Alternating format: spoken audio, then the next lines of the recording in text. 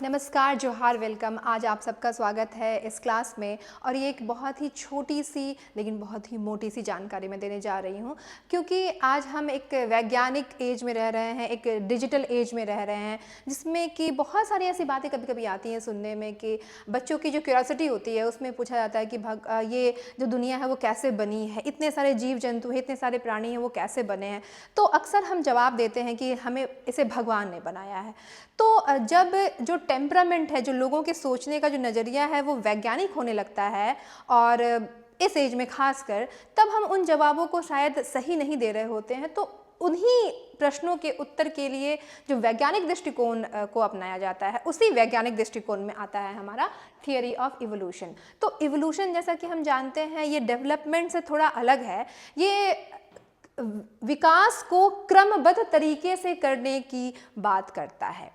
क्रमबद्ध का मतलब किसी चमत्कार के द्वारा नहीं, किसी सर्वशक्तिमान के द्वारा किसी की उत्पत्ति नहीं।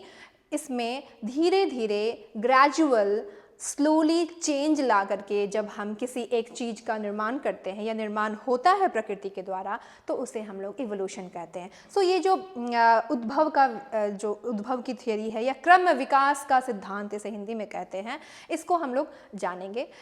जैसे कि आप लोग देख रहे होंगे, दो यहाँ पे छोटी छोटी क्लिप्स लगे हुए, एक में जो जिराफ है वो है और एक में जो है ये बंदर है वो है। तो जिराफ की भी जो हाइट है और जो स्टैचर है, पोजीशन है, वो दूसरी है और फोर्थ मतलब ये चौथे नंबर पे जो जिराफ है उसका जो साइज़ है वो अलग है। यहाँ पर भी जो स्टेचर है इस एनिमल का, दैट इज़ मंकी, उसका बदल जाता है और हम लोग जानते हैं कि ये हम हैं। तो इन तस्वीरों के पीछे कौन लोग थे, कौन वैज्ञानिक थे जिन्होंने बहुत ही हिम्मत करके और अपने अनुसंधान पे, अपने रिसर्च पे, अपने फाइंडिंग्स पे इन बातों को रखा। और इन बातों को रखने के साथ ही एक हमारे उस समय में बहुत ही बड़ा तहलका भी आया कि कैसे कह सकते हैं भगवान का जो अस्तित्व है उसे कैसे आप नकार सकते हैं। प्रकृति की शक्ति को इन्होंने बहुत ही ऊंचे स्थान पे रखा, लेकिन किसी अलौकिक शक्ति को जिसे हम लोग नहीं जानते हैं उनको इन्होंने अलग किया। तो चलते हैं कि आखिर देखते हैं कि इवोल्यूशन का डेफिनेशन क्या है। तो क्रम विकास का जो डेफिनेशन है इंग्लिश में हम जानेंगे। ये इवोल्यूशन है और इवोल्यूशन क्या है, एक प्रोसेस है। ठीक है, ये एक प्रोसेस है जो कि ग्रेजुअल चेंज लाता है और ये कब होता है, बहुत सारे जनरेशन्स के दौरान होता है, एक जनरेशन में नहीं होता है। चूंकि ग्रेजुअल है तो धीरे धीरे होगा और बहुत सारे जनरेशन्स में धीरे धीरे होता हुआ आगे बढ़ेगा, जिसमें कि अब चेंज किस में आता है, क्या पत्थर में आता है, क्या पानी में आता है? नहीं, ये एनिमल्स में, प्लांट्स में, इंसेक्ट्स में, मतलब लिविंग ऑर्गेनिजम्स में आता है और उनके कुछ गुणों को बदल देता है। इवोल्यूशन में ग्रेजुअल चेंज होता है जो टाइम के साथ होता है। और होता क्या है, इसमें जो भी लिविंग ऑर्गेनिजम्स हैं उनके कुछ कैरेक्टरिस्टिक्स को चेंज होना होता है और कभी कभी ऐसे गुण बदलते बदलते एक नए स्पीसीज का भी निर्माण कर देते हैं। मतलब एक जीव बदलते बदलते दूसरे जीव में पूरी तरह परिणत भी हो जाता है। तो इंग्लिश में अगर आप लिखना चाहेंगे तो ये डेफिनेशन बहुत एप्रोप्रिएट है। ये कॉलिंस का रेफरेंस लेते हुए मैंने यहाँ इसको पुट किया है। और दूसरा जो है, एक छोटा सा डेफिनेशन आप देख सकते हैं कि evolution is the process by which living organism change over time through changes in the genome.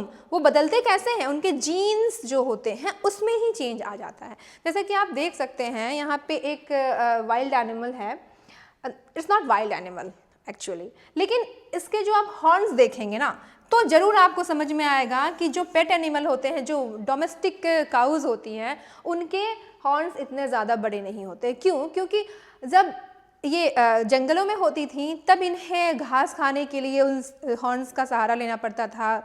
ठीक है, और अब चूंकि ये डोमेस्टिक हो गई हैं तो इन्हें हम लोग जब फीड करते हैं और सब कुछ देते हैं खाने के लिए तो उन्हें इसकी ज़रूरत नहीं पड़ती है, तो हम लोग इसे अक्सर काटते चले जाते हैं। तो अब की गायों में, अब की काउज में देखा गया है कि जो हॉर्न्स होते हैं बहुत अंडर डेवलप्ड होते हैं, नहीं के बराबर होते हैं। तो यही क्योंकि अब होंगे ही नहीं, नेक्स्ट जनरेशन अगर इनकी ज़रूरत नहीं होगी कुछ ऑर्गन्स की तो वो खत्म हो जाएंगे।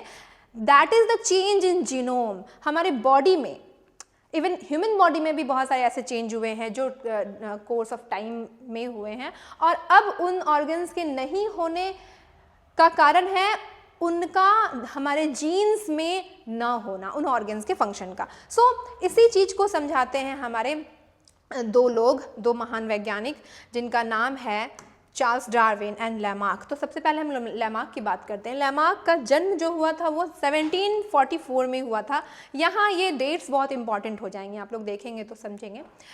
और 1829 में उनकी डेथ हो जाती है।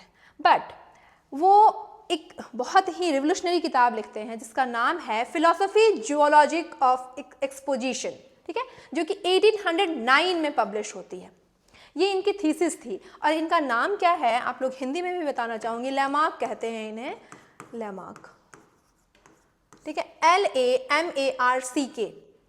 तो 1809 में बुक पब्लिश होती है इनकी और फिलॉसफी जियोलॉजिक ऑफ एक्सपोजिशन। इन्होंने ही ये कहा कि organisms alter their behaviour in response to the environmental change. Environmental change की वजह से क्या होता है, बिहेवियर में चेंज आता है। कोई भी बिना किसी इन्वायरमेंटल बिहेवियर चेंज के बगैर कोई बिहेवियर चेंज नहीं करता। जैसे कि ये जिराफ, जब आप देख रहे हैं कि ये जो हर्ब है, मतलब जो इनका फूड है वो एक डिस्टेंस पे है, सो दैट दिस ऑर्गेनिज्म जो कि अब जिराफ बन जाएगा इवोल्यूशन के प्रोसेस के थ्रू, लेकिन इस समय ही इज अनेबल और it is unable to eat that, so it elongates, थोड़ा सा प्रेशर लगा करके वो अपने जो नेक के जो मसल्स हैं और जो बोन्स हैं उसमें थोड़ा सा इलांगेशन लाता है, and now that is accessible.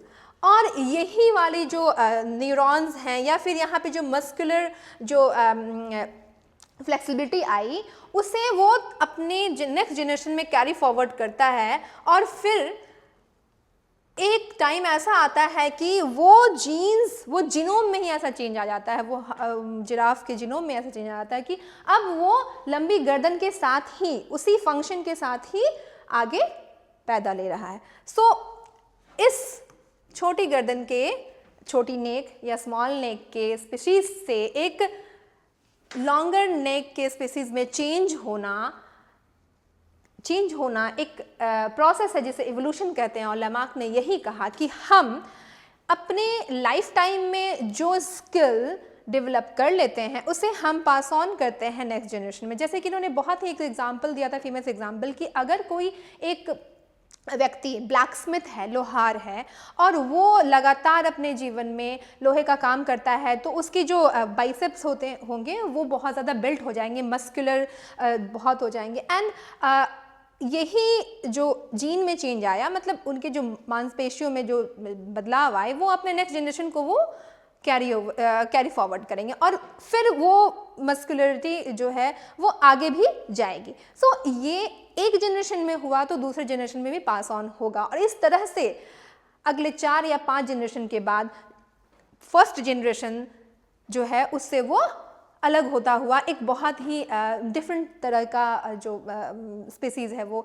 Different तरह का, मतलब कि according to the change in environment वो अपने आप को अडॉप्ट कर लेगा। ऑलराइट, तो चूंकि इनकी किताब जो आई थी वो 1809 में आई थी, लेकिन 1809 में एक और बात हुई थी, वो भी बहुत ही ज़्यादा रिवोल्यूशनरी बात हुई, इसलिए कि उसी साल जन्म होता है हमारे महान प्रकृतिवादी नेचुरलिस्ट चार्ल्स डार्विन का।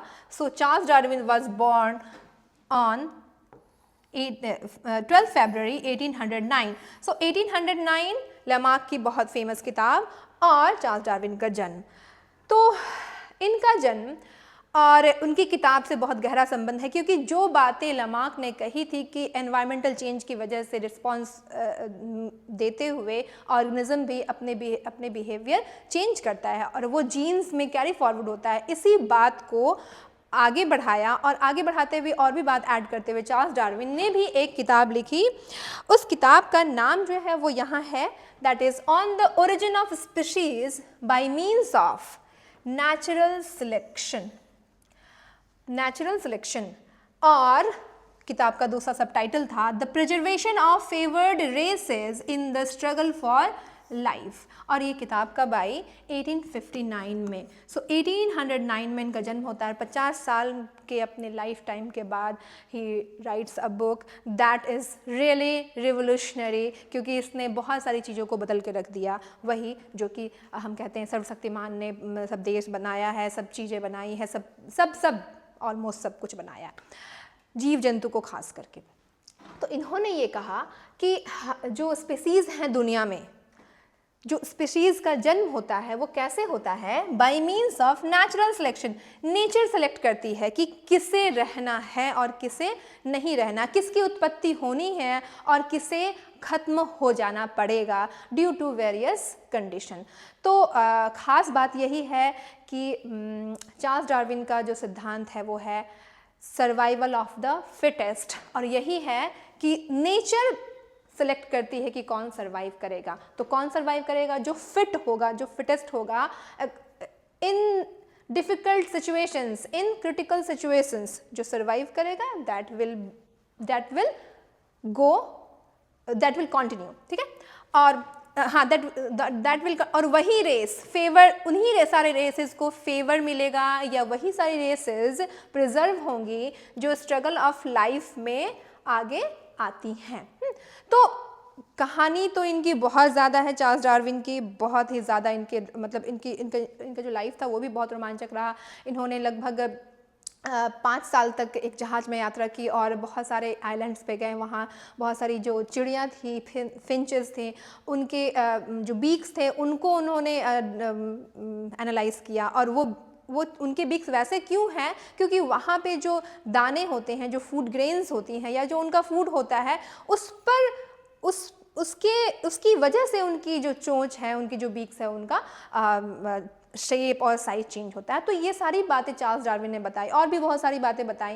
उन्होंने बताया कि कभी कभी ऐसा भी होता है कि एक्सटिंक्शन भी हो जाता है, और एक्सटिंक्शन क्यों होता है? क्योंकि उनका जो हैबिटेट है, जो जीवों का, जो स्पीशीज़ का, वो हैबिटेट ख़त्म हो जाता है। तो हम लोग जानते ही हैं, हम लोग मानव जाति ने, जो कहा जाता है होमो सेपियंस हैं, हम लोगों ने बहुत सारे हैबिटेट्स ख़त्म कर दिए हैं, और बहुत सारे ऐसे बर्ड्स हैं एंड एनिमल्स हैं जो एक्सटिंक्ट हो गए हैं।